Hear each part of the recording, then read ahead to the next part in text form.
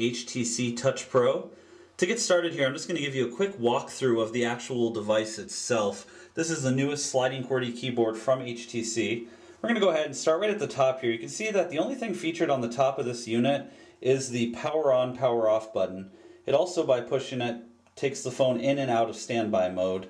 You can see it moves very, very quickly, and as it does, if I touch the touch screen here, it is a 2.8-inch touchscreen. The items actually come up very quickly, and if I hit home, it brings me out of that screen very quickly. That's thanks to the 528 megahertz processor with the Qualcomm chipset on there. Now moving over to the left of the device, we can see here that we have our volume rocker up and down. I can move it down, put it into vibrate, put it into silent mode, and of course I can also touch those being a touch screen. You may notice too that the screen is a little bit brighter than other HTC devices. It's actually thanks to the new VGA screen that they've implemented on the Touch Pro. Looking below the screen, we can see here that we have the home button. So let's say I move into our messages. I can hit that home button and move back to the last screen. Very simple, straightforward. We have our back button to back out of programs. And then here we have our send key and our end key, along with our D-pad button for selecting options. Of course, I can move up and down here using the pad around the D-pad. Then when I get to a screen I want, I can actually hit the D-pad. And so I'm going to go ahead and hit end, get back to our home screen here. If you've used an HTC TouchFlow technology or any of the HTC home screens, you're very familiar with the big clock here. I can actually change the time simply by clicking on that clock.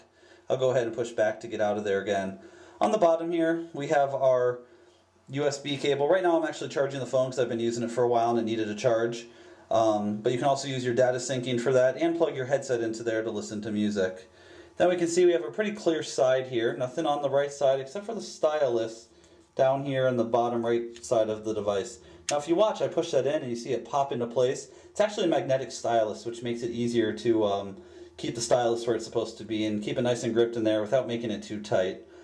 Flipping over to the back of the device, we can see right here that we do have our camera. The main camera on this is a 3.2 megapixel camera, which can be found right here. And then right below that we do have our flashlight option, which also works as a flash on the camera. And it's encompassed here by the diamond, since this is basically the QWERTY version of the diamond with the sliding QWERTY keyboard. And then flipping back over to the front, you'll see that there is another camera lens here covered by the screen. That's a VGA camera. It'll work for video conferencing calls, and it can obviously be used when you're staring at the device, which is a nice little feature. So that's just a really quick look at the unit itself. Finally, we're going to go ahead and turn it to the side here, and when we open this up, you'll see it flips over, and now we have our QWERTY keyboard. One of the things I really like about this QWERTY keyboard, let's say I hit the function button here and this little globe button.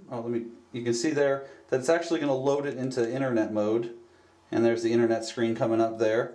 And then I also have the option of hitting function, going over here and hitting this little phone button, and that actually brings you into your comm manager, so you can put it in airplane mode, look at the phone, the Bluetooth, and the Wi-Fi. There is 802.11 E over G Wi-Fi on this unit.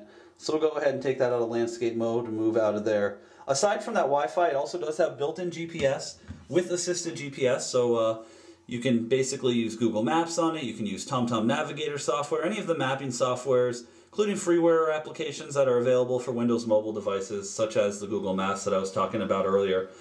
Along with the speed on the device, it does have 512 megabytes of ROM and 288 megabytes of RAM, so it is a very fast device, as you've probably noticed.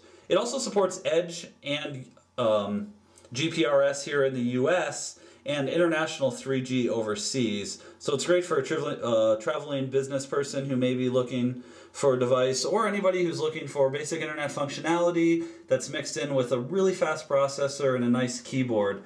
It does feature TouchFlow 3D. Let's take my finger here and begin to run it. You can see I'm moving across all of the different settings, so you can go into your music, and when I let go of there, it'll bring me into music.